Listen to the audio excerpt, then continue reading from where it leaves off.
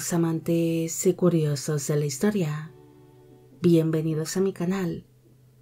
Hoy os traigo la vida de Juana de Navarra. Ella fue una princesa un tanto desconocida que llegó a ser regente y heredera del trono navarro, además de ser condesa consorte de Foix, pero su prematura muerte cambiaría el destino de la corona navarra.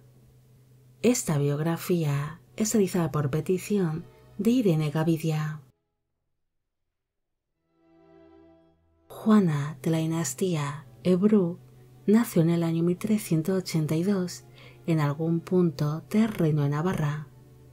Fue hija del rey Carlos III de Navarra, apodado el Noble, y de la esposa de este, la reina Leonor de Trastámara.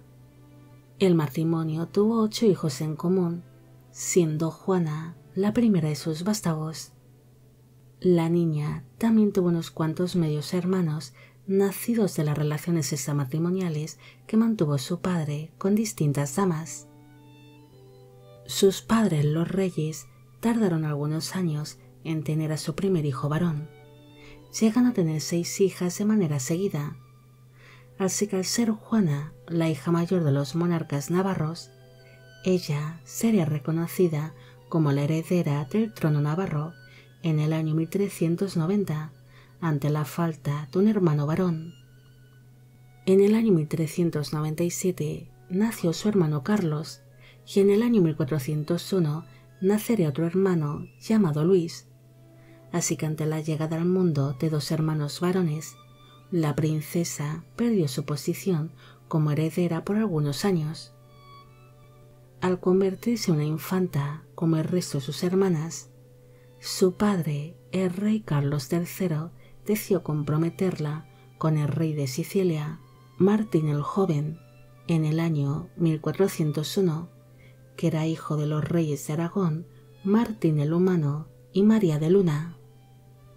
El monarca siciliano había enviudado de su primera esposa, la reina María de Sicilia, y necesitaba tener herederos, pero aquellas negociaciones matrimoniales no llegarían a nada, debido a que Juana era descrita como una mujer débil, poco discreta y de carácter complicado.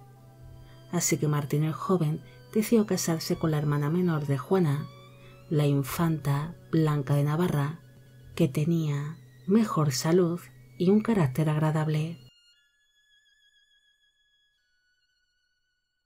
En el año 1402, sus 2 hermanos, los príncipes Carlos y Luis, fallecieron con pocos meses de diferencia entre sí, y al quedarse los monarcas navarros sin herederos varones, Juana volvería a ser considerada como la heredera al trono. Para entonces ya se había empezado a negociar un nuevo compromiso para la princesa con Juan de Foix-Grelly, quien era hijo y heredero de todos los títulos y dominios de sus padres, los condes Arquimbaldo I de Grelly e Isabel de Castelbó. El 12 de noviembre de 1402 se celebró la boda entre Juana y Juan en la ciudad de Olite, en Navarra, y para entonces ambos cónyuges tenían 20 años de edad en el momento de la unión. Tras celebrarse esta boda, la princesa sería de nuevo reconocida como la heredera del trono navarro, celebrándose tal ceremonia el 3 de diciembre de aquel mismo año, donde las cortes navarras reconocieron a los recién casados como los herederos oficiales de la corona navarra. En el año 1404, Juana enfermó de viruela, algo que preocuparía mucho a sus padres los reyes, los cuales buscaron que su heredera fuese tratada por los mejores médicos de la época, siéndose atendida por un médico judío llamado Abraham Comineto.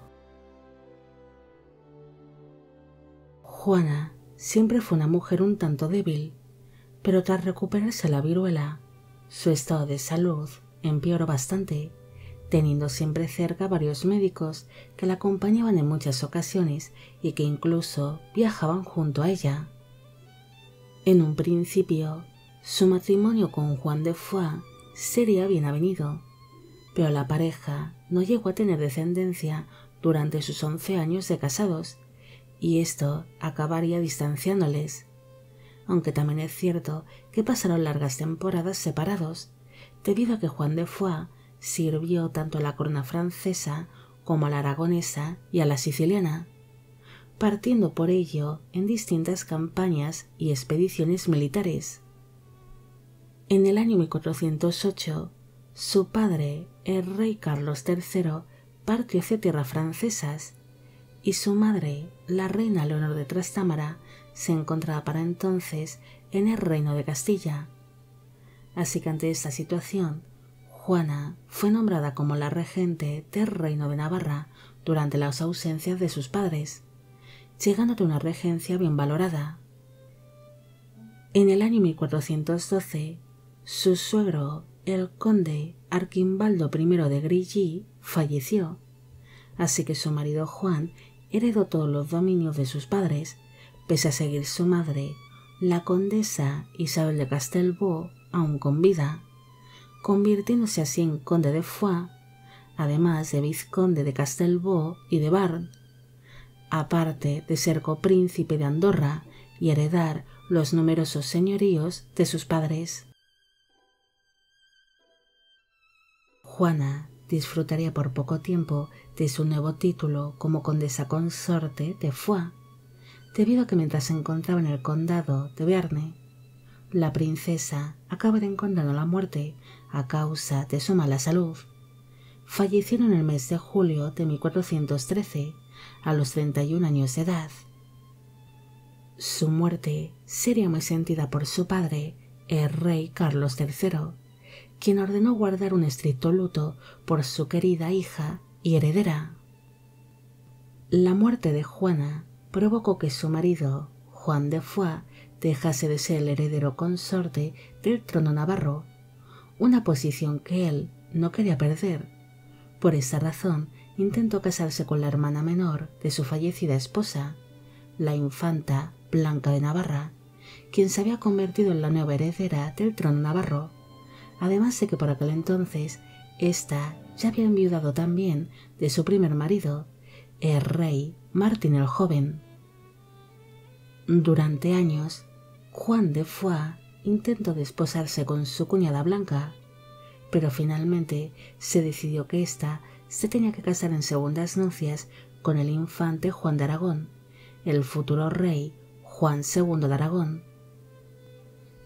Tras este compromiso fallido, Juan de Foix acabaría casándose en el año 1422 con la noble Juana de Albret, con quien llegó a tener 2 hijos en común, y ante el deseo de establecer una alianza familiar entre la corona navarra y los condes de Foix, el hijo de Juan de Foix, Gastón, se acabaría casando con la hija menor de la reina Blanca, la reina Leonor I de Navarra.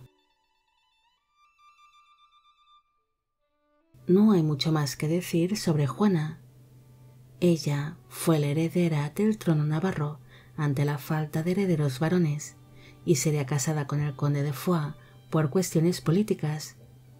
Pero pese a que llegó a tener un matrimonio bien avenido al principio, la infertilidad de la pareja provocaría que el matrimonio se acabase distanciando.